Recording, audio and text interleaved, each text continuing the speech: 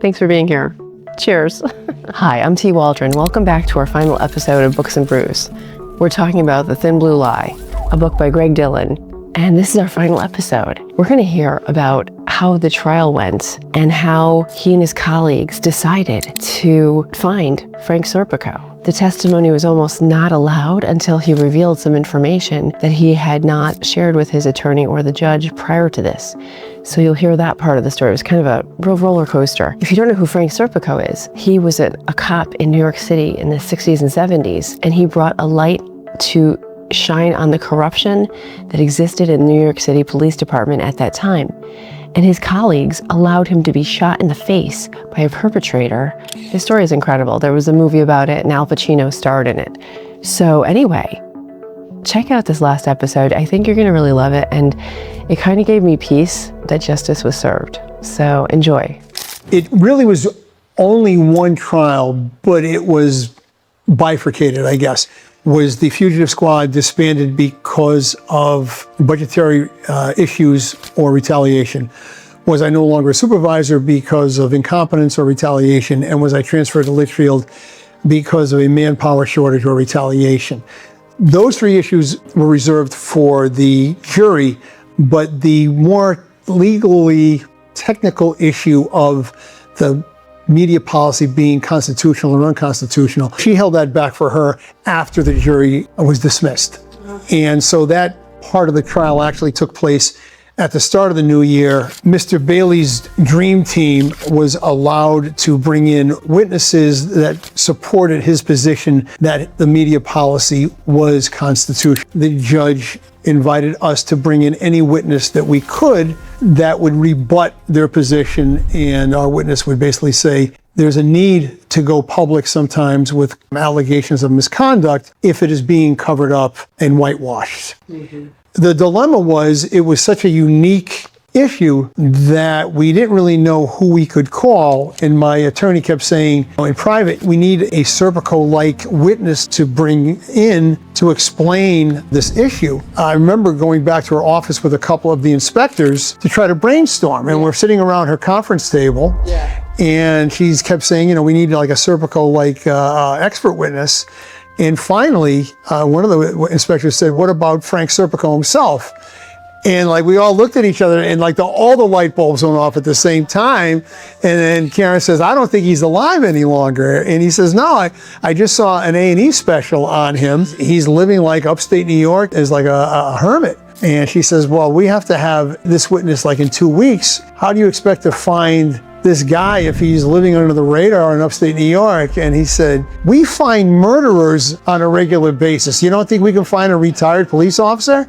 So she said, yeah, be my guest. And like 2 days later, we had him on the phone, and he said, if you can get me there, I'll make myself available. Karen and I drove there to meet with him initially to give him a better understanding of the case. And we had him scheduled as a witness, and that's how I was able to meet Frank Serpico in the flesh. Bailey's new lawyer voiced objection on the record. Frank Serpico should not be allowed because the circumstances between his situation and mine were too dissimilar. That he had been threatened with violence, actually he had been shot in the face. The judge agreed that there was not enough similarity there to bring him in. What the judge and my attorney did not realize was that I had been receiving threats at my home and at work, and that one of them was left on a voicemail at my work, and I had a copy of the recording of it. And when I made my attorney aware of it, she asked for a meeting with the judge in chambers with the other attorney, played the tape, and then the judge reversed the decision and said, now Frank Serpico can come in as a witness. And that was huge. My attorney was ecstatic that I actually had the recording. We had traced one of the calls to a transfer station that the phone company uses. And the reason that's significant is because that's where the FBI would set up their wiretaps, and they had access to it. So the call originated from a small building that is only accessed by SNET employees or the FBI agents. Did an FBI agent probably make that call? Certainly, because they have access to it and they have the motive to do it. Yes. Follow their moral compass, but also be aware of the pitfalls and the dangers of exposing the truth when it does not want to be exposed. I hate to use the term whistleblower because I never felt that I really was, but at some point you have to come forward and say, I'm not going to tolerate this. It's unacceptable. I won't go along with it. And I'm hoping that if those who decide they have to be in that role, a guide or a map as to what to expect, but also a warning as to what to expect, because it will take a toll on you personally, emotionally, mentally, and financially in most cases. So don't embark on that path lightly, because once you commit to it, you are stuck in that role, and you're going to have to basically see it to its conclusion. And it may be a positive conclusion, it may be a negative conclusion. As I said in the book, at the end of this, no one came out of it a winner. Some just lost worse than others. The person that really picked up the ball and ran with this was Alex Wood from the Journal Inquirer. He is a true investigative reporter. And even though his newspaper is physically located like in Manchester, he used to drive to the New Haven Courthouse every single day and was there for the entire trial. And he wrote follow-up articles on it. He followed this case quite closely. He won some type of a journalist award for it. But I mean, that was, the Hartford Courant sort of covered it in a very superficial way, I thought. But the Journal Inquirer really dug into it. And then just to wrap up with Serpico. So you went to upstate New York, you met with him. Yep. That's so cool. And then you picked him up for the trial. Yes. And you drove him here. And what were you guys talking about in the car on the way down? Well, on the way down, it was the intricacies of the trial.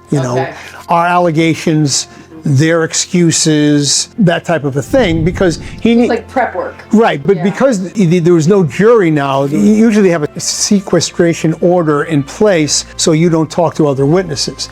That wasn't the case at this point because we'd already had a verdict. So now I was just briefing him on what had taken place, so he had an awareness of what he was going to be asked and what his opinion was going to be. So that was kind of like witness preparation before he showed up.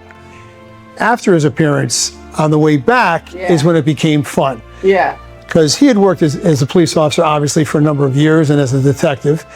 And we were able to share, we call them war stories. What's the craziest complaint you ever went on? What was the most dangerous complaint you ever handled? What was the funniest thing that you ever experienced? So we went back and forth with that. And it was a real bonding, moment. I mean, we probably had 2 hours or so to get to just talk with our guard down, nobody else paying attention to it. So that was the most enjoyable part of the whole trial for me, was the time I got to spend with him. Thank you, Greg Dillon, for writing this book and for being an inspiration to all of us to do what's right even when no one's looking. Because in this world, that is how we fight the evil and the negativity, is by being good and true and kind to others. So from myself to yourself, thank you for joining me on this journey. And thank you, Pumpkin. Thanks for being here.